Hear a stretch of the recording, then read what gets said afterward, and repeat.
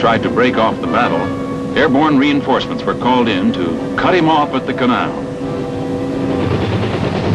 All casualties were quickly evacuated and given emergency treatment on the hospital-equipped ships of the Mobile Riverine Force.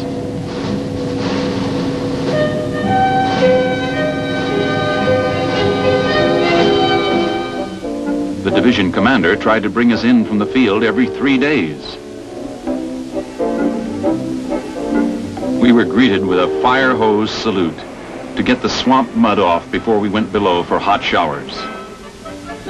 Hot chow, dry clothes, and a comfortable bunk. It wasn't hard for the 9th Division landlubbers to take sea duty under these conditions. There was even time to go on deck and look at the scenery ashore, a native village, or a colorful assortment of native river craft that for a little while made us feel like tourists on a cruise.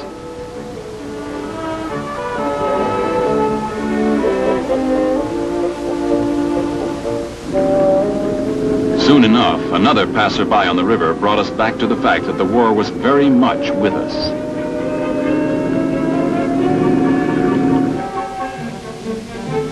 The 9th Division had a training mission as well as a fighting one.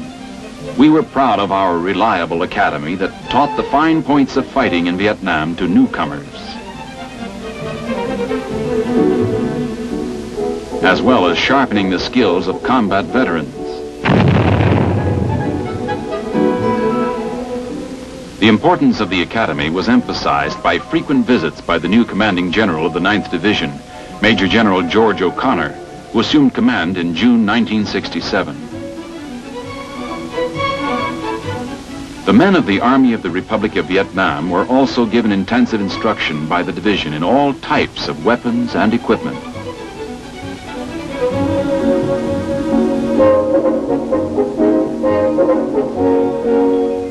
It wasn't long before training of this nature paid off. The South Vietnamese troops became more effective and acquitted themselves well in battles with the Viet Cong.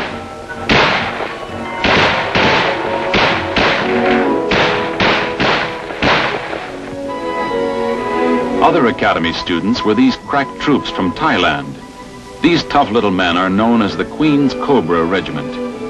We oriented them on the use of the compass in land navigation and other equipment, emphasizing devices useful in jungle fighting. Their officers were given demonstrations in the tactics of counter-guerrilla warfare.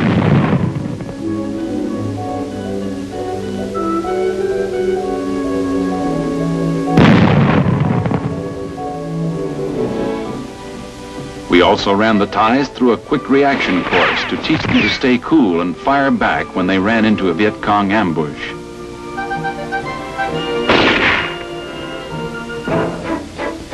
A very special school trains the 9th Division's long-range reconnaissance patrols. The beret and special patch its members wear testify to their elite status. The men are trained hard to develop stamina, strength, and alertness for their secret missions of reconnaissance, ambush, or sabotage. They must be able to endure a maximum of stress on a minimum of sleep, food, and water. They cannot expect help if trapped by the enemy. Their lives depend on their own resourcefulness and endurance.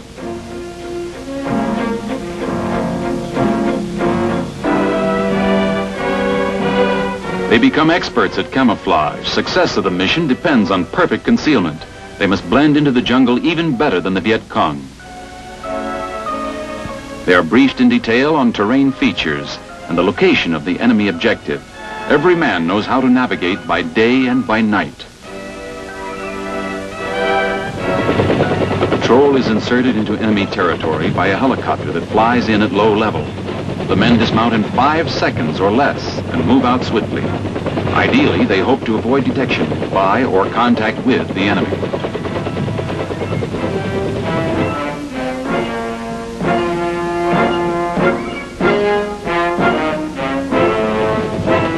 Mission accomplished, the team leader calls out an azimuth and the distance to the extraction point, then leads the patrol back. Normally, a mission will last several days or longer. The men are completely out of communication with their base until they rendezvous with the helicopter at a predetermined time and place. Despite the high hazard in these missions, there is no lack of volunteers.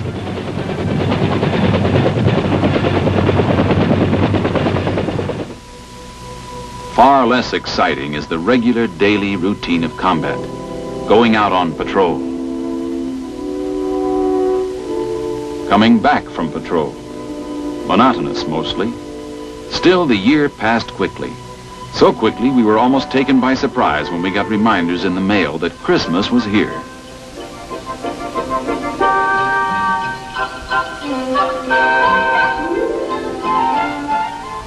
The item that really made this Yuletide a memorable one was this streamlined version of Santa Claus. She was minus only reindeer, but a very welcome visitor.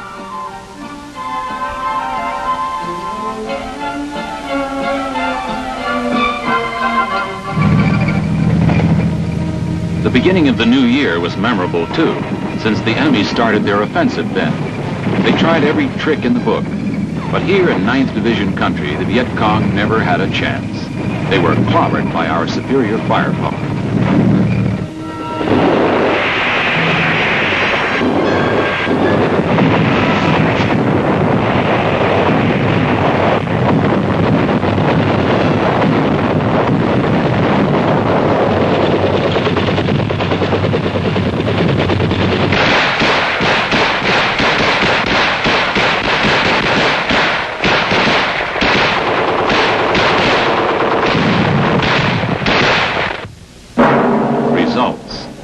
VC were through fighting.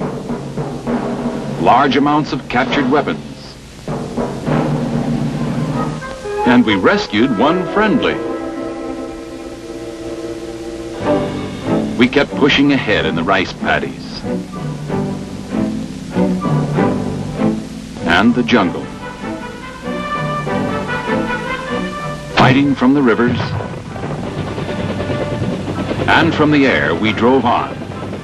And we'll continue to drive on until a just and honorable peace is won, so that these people may have a chance to live their lives in the way they choose, without fear or communist coercion. That is what this war is all about.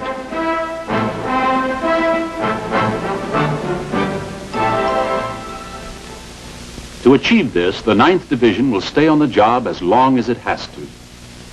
Many new pages will be added to the division history. Many battle streamers were won in South Vietnam, and there may be several more before the 9th goes home. While it remains in Vietnam, it will do what it has always done: fight and win. That, in a phrase, is the story of the 9th Division. That is why its pride of outfit is so strong. That is why it cherishes its reputation as the old reliables.